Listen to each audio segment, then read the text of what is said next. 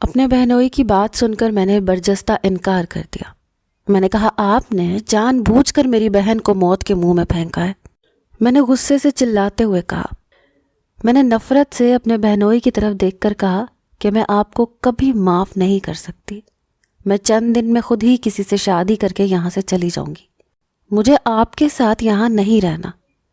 میری بات سن کر وہ بڑے جارحانہ انداز سے میری طرف بڑھے، میرا بازو پکڑا، مجھے اپنے مقابل کھڑا کیا اور مجھے گھسیٹتے ہوئے اپنے کمرے میں لے گئے۔ میں ان سے اپنا آپ چھڑوا رہی تھی، چیخ رہی تھی، چلا رہی تھی، لیکن میری پکار سننے والا کوئی نہیں تھا۔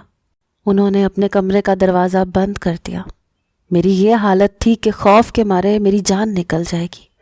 وہ میرے پاس آنے لگے، مگر میں پیچھے ہٹ کر دیوار کے ساتھ جا لگی۔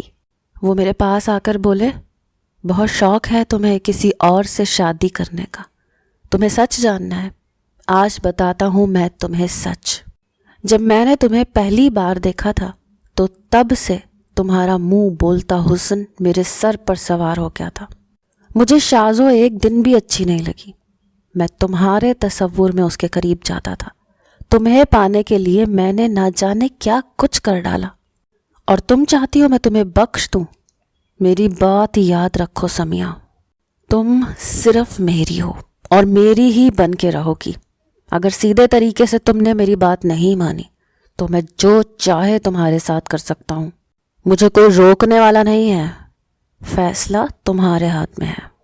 یہ کہہ کر وہ کمرے سے چلے گئے اور میں بے جان سی ہو کر وہیں زمین پر بیٹھ کر رونے لگی۔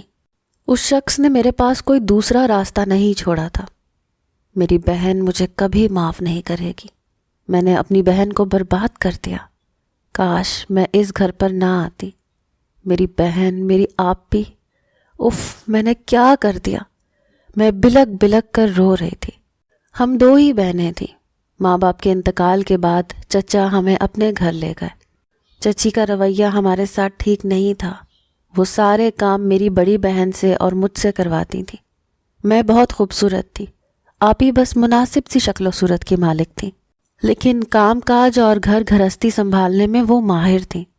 ہمارے رشتے بھی بہت اچھے گھرانوں سے آنے لگے، لیکن چچی کی کوشش یہی تھی کہ وہ آپی کی شادی کسی بڈھے سے کرتے اور میری شادی وہ اپنے آوارہ نشئی بیٹے سے کروانا چاہتی تھی۔ ان کا بیٹا ہر وقت مجھ پر رعب جماتا رہتا، جیسے میں اس کی جاگیر ہوں۔ میں شروع سے ڈرپوک قسم کی لڑکی تھی۔ ذرا اونچی آواز سن کر میری رنگت پیلی پڑ جاتی تھی۔ مجھے اپنے اس کزن سے بے حد خوف محسوس ہوتا تھا۔ اگر میں اس کے کسی کام سے انکار کرتی تو مجھ پر ہاتھ اٹھانے لگتا، کہتا تم میری ہونے والی بیوی ہو، اس لیے اگر میرے سامنے زبان چلاؤ گی تو بہت ماروں گا۔ اس وقت میری آپی کا ہی مجھے سہارا ہوتا تھا۔ وہ میرے نشئی کزن فاروق کو ڈانٹ دیتی تو وہ چپ ہو جاتا۔ میری آپی میری ڈھال تھی۔ ایک دن چچا گھر آئے تو چچی سے نہ جانے کیا رازداری سے کہا کہ چچی کی تو وہ بات سن کر باتیں کھل گئیں۔ اگلے روز چچی نے آپی سے کہا کہ انہیں کچھ لوگ دیکھنے آ رہے ہیں۔ اس بار تو چچی آپی کے ساتھ خود بھی کچن میں چائے کا اہتمام کرنے میں مصروف رہیں۔ پھر مجھے خاص تاکید کرنے لگی کہ میں ان لوگوں کے سامنے نہ آؤں، کیونکہ اکثر آپا کو دیکھنے کے لیے آنے والے رشتے مجھے پسند کر جاتے تھے۔ اس لیے میں اپنے کمرے سے باہر نہیں نکلی تھی۔ آپی کا رشتہ پکا ہو گیا۔ وہ شخص کھاتے پیتے گھر کا تھا، بنا جہیز کے شادی کے لیے راضی تھا اور بدلے میں چچا کو 5 لاکھ بھی دے رہا تھا تاکہ وہ شادی کی تیاری کر سکیں۔ میں بہت خوش تھی کہ آپی کی شادی ہو رہی ہے، لیکن یہ نہیں جانتی تھی کہ میری بہن کی شادی میرے لیے بہت بڑی آزمائش بن جائے گی۔ آپی کے نکاح کے بعد میں نے اپنے بہنوئی کو دیکھا تھا۔ وہ دیکھنے میں بہت ڈیشنگ اور اسمارٹ تھے۔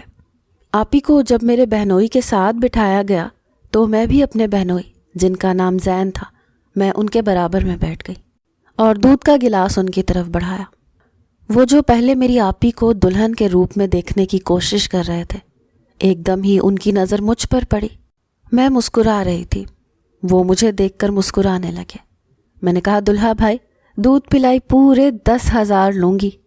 میری بات سن کر پہلے تو وہ مجھے بڑے غور سے دیکھنے لگے، پھر انہوں نے کہا کہ اگر تم اپنے ہاتھ سے پلاؤ گی تو 20,000 بھی دے دوں گا۔ وہ بالکل بھی سڑیل مزاج نہیں تھے۔ میں نے کہا یہ کون سی بڑی بات ہے۔ میں نے اپنے ہاتھ سے زین بھائی کو دودھ پلایا، پھر آپی کو پلایا۔ انہوں نے واقعی مجھے 20,000 دے دیے۔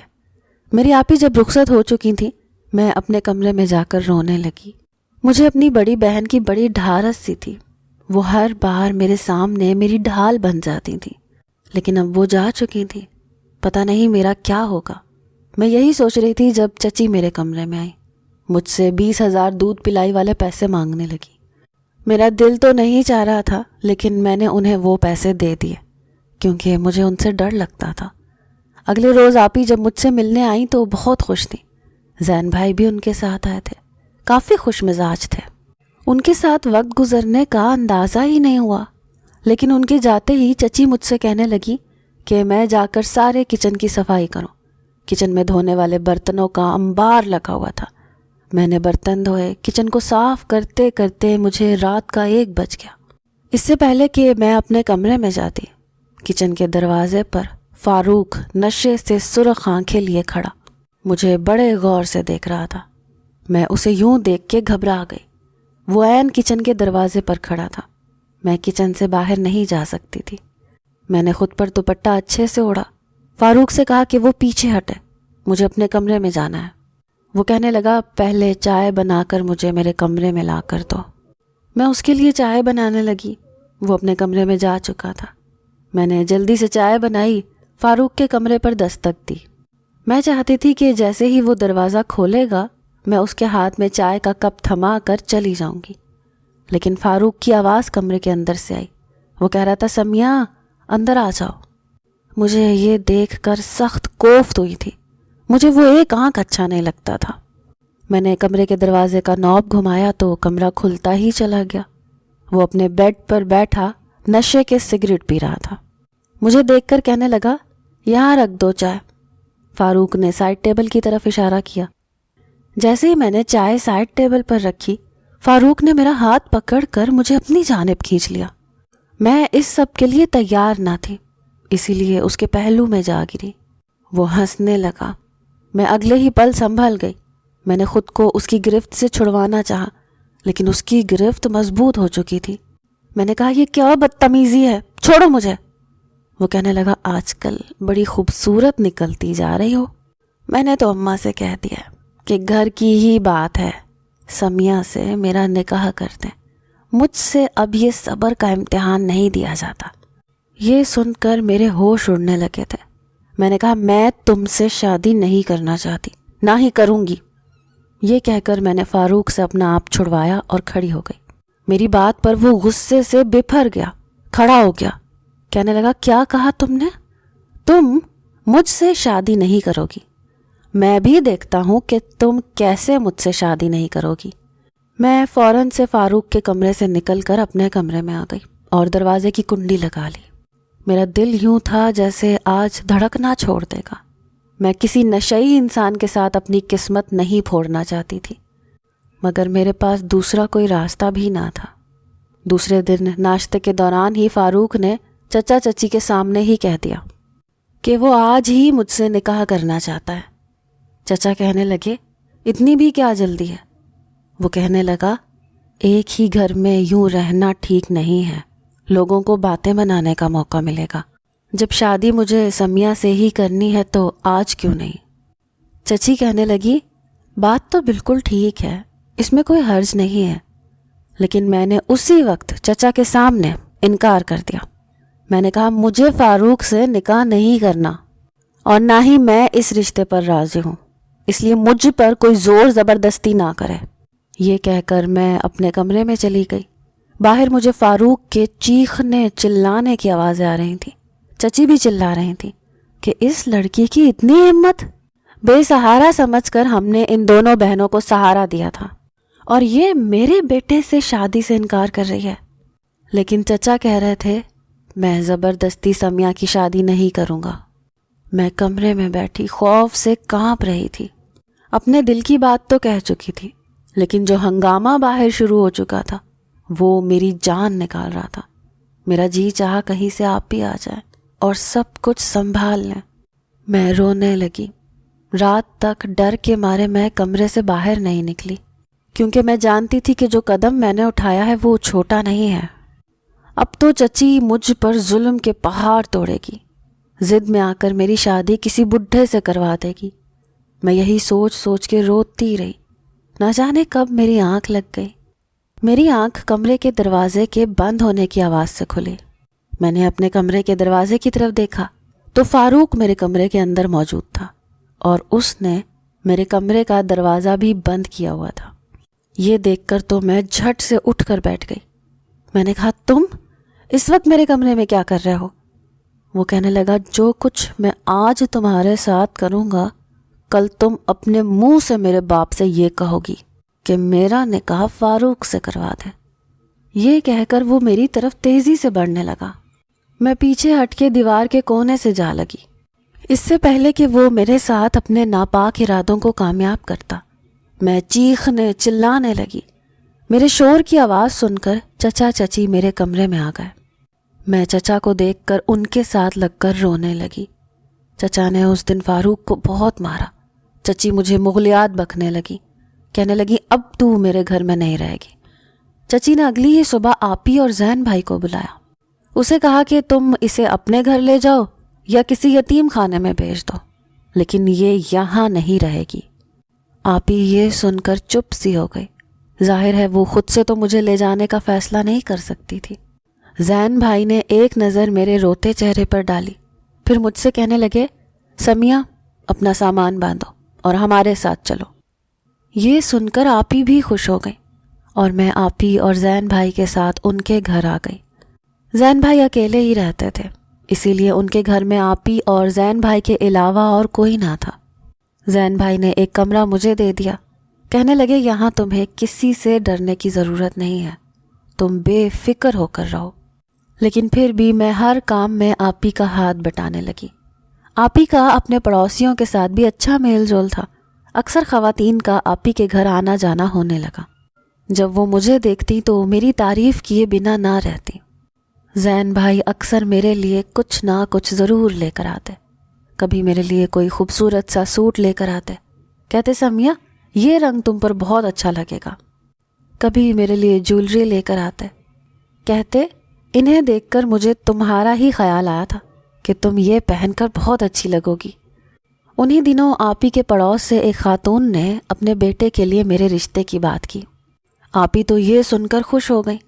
رات کو آپی نے جب یہ بات زین بھائی کو بتائی تو وہ ایک دم سے سنجیدہ ہو گئے، کہنے لگے، وہ عورت اچھی نہیں ہے، اس کے بیٹے کو بھی میں اچھی طرح سے جانتا ہوں، وہ شراب پیتا ہے۔ یہ بات سن کر آپی کچھ متذبذب سی ہو گئی، کہنے لگی، میں 2 ماہ سے اس خاتون کو دیکھ رہی ہوں، اس کے بیٹے کو دیکھا ہے، بظاہر تو مجھے وہ لوگ پڑھے لکھے اور سلجھے ہوئے لگتے ہیں۔ زین بھائی کہنے لگے، تمہیں آئے ہوئے ابھی وقت ہی کتنا ہوا ہے، میں جانتا ہوں ان لوگوں کو، وہ اچھے نہیں ہیں، تم انہیں صاف کہہ دو کہ تم ابھی سمیہ کی شادی کرنا ہی نہیں چاہتی، میں خود سمیہ کے لیے رشتہ ڈھونڈوں گا۔ آپی بھی مطمئن ہو گئی۔ آپی انہی دنوں امید سے ہو گئی۔ میرے رشتے شادی کا سلسلہ وہیں ملتوی ہو گیا۔ آپی کو بیڈ ریسٹ بتایا تھا۔ میں اب پورا دن گھر کے کاموں میں جٹی رہتی۔ آپی اپنے کمرے سے ہی کم ہی باہر آتی تھی۔ زین بھائی اب زیادہ تر وقت میرے ساتھ گزارنے لگے۔ اپنا ہر کام وہ مجھ سے کہنے لگے۔ کھانا میں آپی کے کمرے میں لگا دیتی تھی تاکہ میں آپی کے ساتھ بیٹھ سکوں۔ مجھے اب زین بھائی کے ساتھ اکیلے میں بات چیت کرنا اچھا نہیں لگتا تھا۔ ایک بار مجھے نیند نہیں آ رہی تھی، اس لیے اپنے لیے چائے بنانے میں کچن میں چلی گئی۔ میں اپنے لیے چائے بنا رہی تھی تو مجھے اپنے عقب سے زین بھائی کی آواز آئی۔ میں نے پلٹ کر دیکھا تو وہ کچن کے دروازے پر کھڑے مجھے ہی دیکھ رہے تھے۔ مجھ سے کہنے لگے، 1 کپ چائے میرے لیے بھی بنا دو۔ میں ان کے لیے بھی چائے بنانے لگی۔ وہ میرے قریب آ کر کھڑے ہو گئے، کہنے لگے، تمہارے ہاتھ میں بہت ذائقہ ہے، تم شازوں سے زیادہ مزے کا کھانا بناتی ہو، اور تمہارے ہاتھ کی چائے کا تو جواب ہی نہیں ہے۔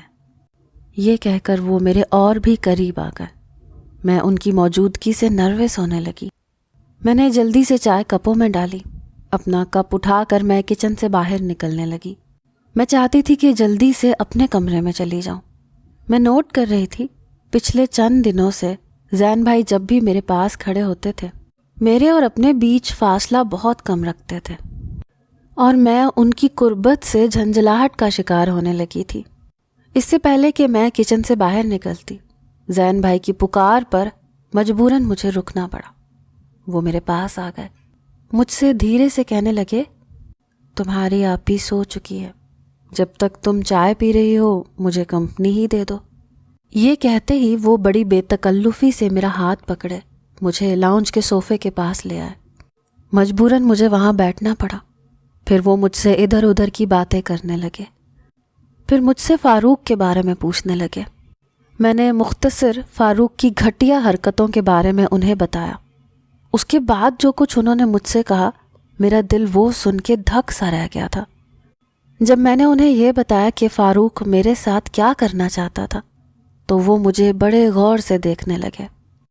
میری ساری بات سن کر بولے، وہ بیچارہ بھی کیا کرتا، تم ہو ہی اتنی حسین، تمہیں دیکھ کر خود پر قابو پانا مشکل ہو جاتا ہے۔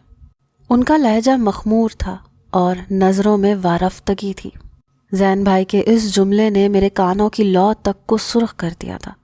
اگر یہ بات کسی اور نے کی ہوتی تو شاید میں اس کے منہ پر تھپڑ مار دیتی، مگر یہاں میں مجبور تھی۔ میں فوراً سے اٹھ کر کچن میں آ گئی۔ میں نے آدھی چائے واپس کچن کے سنک میں گرائی اور اپنے کمرے میں چلی گئی۔ پہلی بار نہ جانے کیوں لیکن مجھے اپنا آپ اس گھر میں بھی غیر محفوظ لگ رہا تھا۔ میں سوچ رہی تھی کہ جلد از جلد آپی کو بچہ ہو، میں انہیں کہوں کہ وہ میرے لیے رشتہ ڈھونڈیں۔ یہی ایک حل مجھے اب نظر آ رہا تھا۔ میں اب زین بھائی سے کترانے لگی تھی۔ رات کو بھی میں جلدی اپنے کمرے میں چلی جاتی، کمرہ بھی لاک کر کے سوتی۔ ابھی چند ہی دن گزرے تھے کہ ایک بار میں زین بھائی کو ناشتہ دے کر اپنے کمرے میں آ گئی۔ کچھ دیر بعد ہی زین بھائی میرے کمرے میں آئے، مجھ سے کہنے لگے، تم دیکھ کر کام نہیں کرتی، یہ دیکھو میری شرٹ کا بٹن ٹوٹا ہوا ہے۔ انہوں نے اپنی شرٹ کا ٹوٹا بٹن میری ہتھیلی پر رکھ دیا۔ حالانکہ جب میں نے ان کی شرٹ پریس کی تھی تب شرٹ کا کوئی بھی بٹن نہیں ٹوٹا ہوا تھا۔ میں نے سوئی دھاگا لیا، ان کی شرٹ کا بٹن ٹانکنے لگی۔ میں بٹن لگانے کے دوران بھی فاصلہ برقرار ہی رکھ رہی تھی، لیکن زین بھائی میرے قریب ہونے لگے۔ پھر کہنے لگے، کاش کہ میں تمہیں اس وقت دیکھ لیتا جب شازوں کو دیکھنے آیا تھا، اگر اس وقت تم مجھے نظر آ جاتی تو آج۔ یہ کہہ کر وہ میرے مزید قریب ہونے لگے۔ میں فوراً سے پیچھے ہٹ گئی۔ ان کی آنکھوں میں اس وقت میرے لیے جو کچھ تھا، میرا دل کانپ کے رہ گیا تھا۔ میں فوراً سے کمرے سے باہر چلی گئی۔ مجھے سمجھ نہیں آ رہا تھا کہ میں کیسے زین بھائی کے بڑھتے قدموں کو روکوں۔ میرے یہاں رہنے سے میری بہن کا گھر برباد ہو رہا تھا۔ میرے پاس اس گھر کے علاوہ دوسرا کوئی جائے پناہ بھی نہ تھا۔ میں آپی سے اگر کوئی بات کہتی تو وہ زین بھائی سے لڑ پڑتی، اور زین بھائی کا کیا تھا، وہ مجھے اور آپی کو گھر سے باہر نکال دیتے تو میں تو بے گھر ہوتی سو ہوتی، پر آپی اور پھر ان کا بچہ۔ میں اپنا سر پکڑ کے بیٹھ گئی۔ میرے پاس فرار کا کوئی راستہ نہ تھا۔ جو تھا وہ یہ تھا کہ میں رات کی خاموشی میں کہیں بھاگ جاؤں، اور یہ راستہ مجھے بدنام بھی کر دیتا اور برباد بھی کر دیتا۔ گھر عورت کے لیے ایک محفوظ پناہ گاہ ہوتی ہے۔ گھر کے باہر اگر وہ نکل جائے تو باہر کے ہوس شدہ بھیڑیے گھات لگائے بیٹھے ہوتے ہیں جو عورت کو بربادی کے دلدل میں پھینک دیتے ہیں۔ لیکن میں کیا کرتی؟ جہاں میں رہ رہی تھی میرے لیے وہ بھی خطرے سے خالی نہ تھا۔ میرے دماغ کی تنابیں کھنچنے لگیں۔ میں ابھی اسی سوچ میں پریشان بیٹھی تھی جب میری بہن کے چیخنے کی آوازوں نے میری سوچوں کا تسلسل توڑا۔ میں جلدی سے اپنے کمرے سے باہر آئی۔ میری بہن کے پیٹ میں درد تھا۔ زین بھائی انہیں گاڑی میں بٹھا رہے تھے۔ میں بھی ان کے ساتھ ہاسپٹل چلی گئی۔ اللہ نے میری بہن کو ایک بیٹے سے نوازا تھا۔ میں اسے دیکھ کر سب کچھ بھول گئی۔ آپریشن کے بعد میری بہن کی حالت بہت خراب ہو چکی تھی، اس لیے آپی کے ساتھ ساتھ میں اپنے بھانجے کو بھی سنبھالنے لگی۔ وہ آپی سے زیادہ میرے پاس رہنے لگا۔ چند ماہ بعد آپی کافی ٹھیک ہو چکی تھی۔ عبداللہ ان 3 ماہ میں میرا اتنا عادی ہو چکا تھا کہ آپی کے پاس بھی نہیں جاتا تھا، سوتا بھی میرے ساتھ تھا۔ ڈاکٹر نے آپی کو چند سال بچہ پیدا کرنے سے منع کر دیا تھا۔ اگر وہ ایسا کرتی تو اس کی جان کو خطرہ تھا۔ زین بھائی کی بے باکیاں مجھ سے بڑھنے لگی۔ اب وہ عبداللہ کے بہانے بے دھڑک میرے کمرے میں آ جاتے، میرے قریب ہونے کی کوشش کرتے، مجھ سے کہتے مجھ سے اب صبر نہیں ہوتا، تم میرے حواسوں پر چھانے لگی ہو۔ میں ان کی باتوں سے تنگ آ چکی تھی۔ ایک دن جیسے ہی وہ آفس گئے، میں اپنی بہن پر بھڑک اٹھی۔ میں نے کہا آپ میری شادی کر دیں، میری عمر اب بڑھنے لگی ہے، 2-3 سال اور اگر اس طرح گزر گئے تو رشتوں کے لیے اور بھی مشکل ہو جائے گی۔ میں 22-23 سال کی ہو چکی تھی۔ آپ ہی مجھے یوں روتا دیکھ کر پریشان ہو گئی۔ میں انہیں اصل بات تو بتا نہیں سکتی تھی، یہی بات مجھے سمجھ آئی۔ آپ ہی کہنے لگی میں جب زین سے تمہارے رشتے کے لیے بات کرتی ہوں وہ ٹال جاتے ہیں۔ میں نے کہا آپ محلے میں کسی سے بات کریں، لیکن خدا کے لیے اب جلد از جلد میری شادی کر دیں۔ مجھے اب زین بھائی سے ڈر لگنے لگا تھا، یا تو میری وجہ سے میری بہن کا گھر برباد ہو جاتا، یا بہن کے گھر کی وجہ سے میں برباد ہو جاتی۔ اس سے بہتر تھا کہ میری جلد از جلد کسی سے شادی ہو جاتی۔ آپ ہی نے محلے میں بڑی عمر کی خواتین سے میرے رشتے کے بارے میں کہا، لیکن زین بھائی سے اس بات کا تذکرہ نہیں کیا۔ 2-4 دن میں ہی میرے لیے ایک رشتہ بھی آ گیا، اور ان رشتے والوں کو بھی آپ ہی نے زین بھائی کے آفس سے آنے سے پہلے ہی بلا لیا۔ وہ لوگ مجھے پسند بھی کر گئے، لیکن زین بھائی کے گھر رہتے ہوئے یہ کیسے ممکن تھا کہ زین بھائی کو اس بات سے انجان رکھا جاتا۔ آپ ہی نے انہیں میرے رشتے کے بارے میں بتایا تو وہ آگ بگولا ہو گئے۔ کہنے لگے کیا میری یہی اوقات رہ گئی ہے، سب کچھ مجھ سے چھپا کر کیا جائے اور مجھے بس یہ بتایا جائے کہ رشتہ تم لوگ پکا کر چکے ہو؟ کیا میں صرف تمہاری بہن کو پالنے کے لیے بیٹھا تھا؟ زین بھائی نے بنا کسی لحاظ کے آپ ہی کو خوب باتیں سنائی۔ اگلے دن رشتے والوں کو بھی ذلیل کر کے بھیج دیا۔ اس کے بعد تو جینا جیسے میرے لیے اور بھی تنگ ہو گیا۔ میں رات کو اپنے کمرے کے دروازے اور کھڑکیاں لاک کر کے سونے لگی تھی، کیونکہ میں جانتی تھی کہ اب زین بھائی اپنا گھٹیا پن دکھانے کی کوشش کریں گے۔ لیکن جو کچھ انہوں نے کیا وہ میرے تصور میں بھی نہ تھا۔ چند دن سے آپ ہی کو بہت سے چکر آ رہے تھے، وہ پھر سے امید سے ہو چکی تھی۔ میں نے کہا آپ ہی آپ کو ڈاکٹر نے منع کیا تھا۔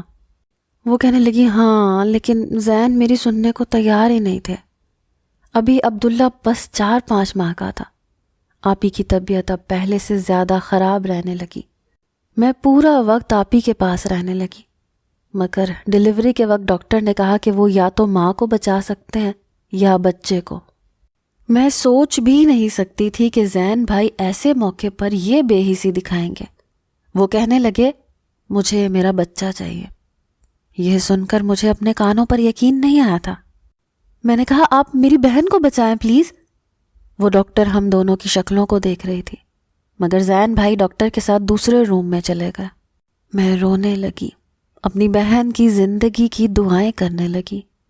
اللہ نے میری سن لی، ماں اور بچہ دونوں بچ گئے، لیکن آپی کی حالت ٹھیک نہیں تھی، وہ ICU میں تھی۔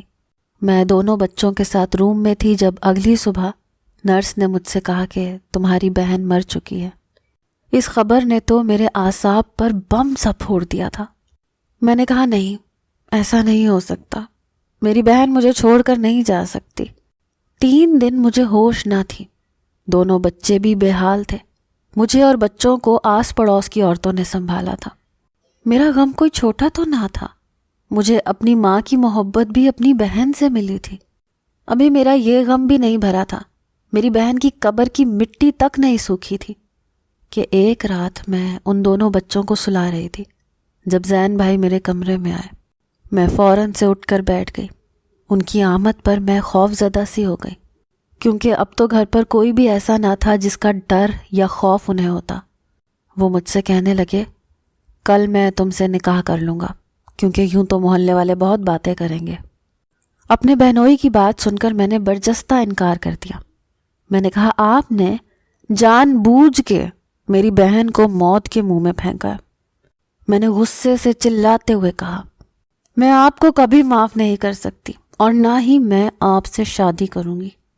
میں چند دن میں ہی خود ہی کسی اور شخص سے شادی کر کے یہاں سے چلی جاؤں گی، مجھے آپ کے ساتھ نہیں رہنا یہاں۔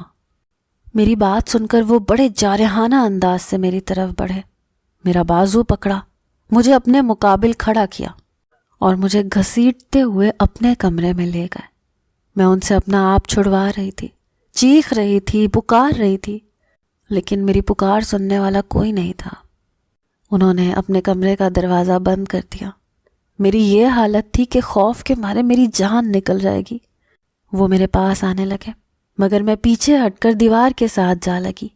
وہ میرے پاس آ کر بولے، بہت شوق ہے تمہیں کسی اور سے شادی کرنے کا، تمہیں سچ جاننا ہے۔ آج بتاتا ہوں میں تمہیں سچ۔ جب میں نے تمہیں پہلی بار دیکھا تھا تو تب سے تمہارا منہ بولتا حسن میرے سر پر سوار ہو گیا تھا۔ مجھے شازو ایک دن بھی اچھی نہیں لگی تھی۔ میں تمہارے تصور میں اس کے قریب جاتا تھا۔ تمہیں پانے کے لیے میں نے نہ جانے کیا کچھ کر ڈالا، اور تم چاہتی ہو میں تمہیں بخش دوں۔ میری بات یاد رکھو سمیہ، تم صرف میری ہو اور میری ہی بن کر رہو گی۔ اگر سیدھے طریقے سے تم نے میری بات نہیں مانی تو میں جو چاہے تمہارے ساتھ کر سکتا ہوں، مجھے کوئی روکنے والا نہیں ہے، فیصلہ تمہارے ہاتھ میں ہے۔ یہ کہہ کر وہ کمرے سے چلے گئے اور میں بے جان سی ہو کر وہیں زمین پر بیٹھ کر رونے لگی۔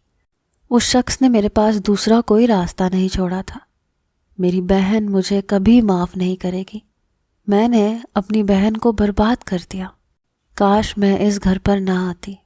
میری بہن، میری آپی، اف، میں نے کیا کر دیا؟ میری وجہ سے اس شخص نے میری بہن کو مار ڈالا۔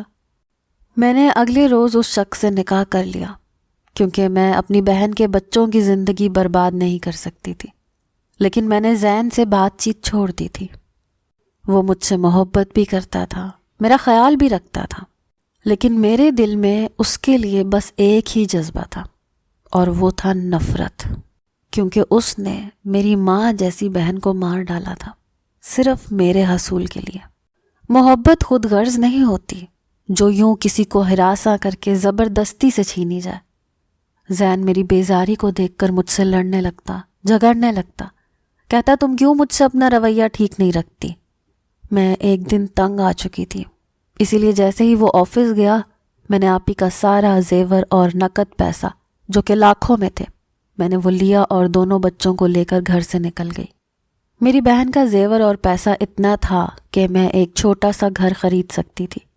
میں نے ایک چھوٹے سے علاقے میں گھر خریدا، سلائی مشین خرید لی۔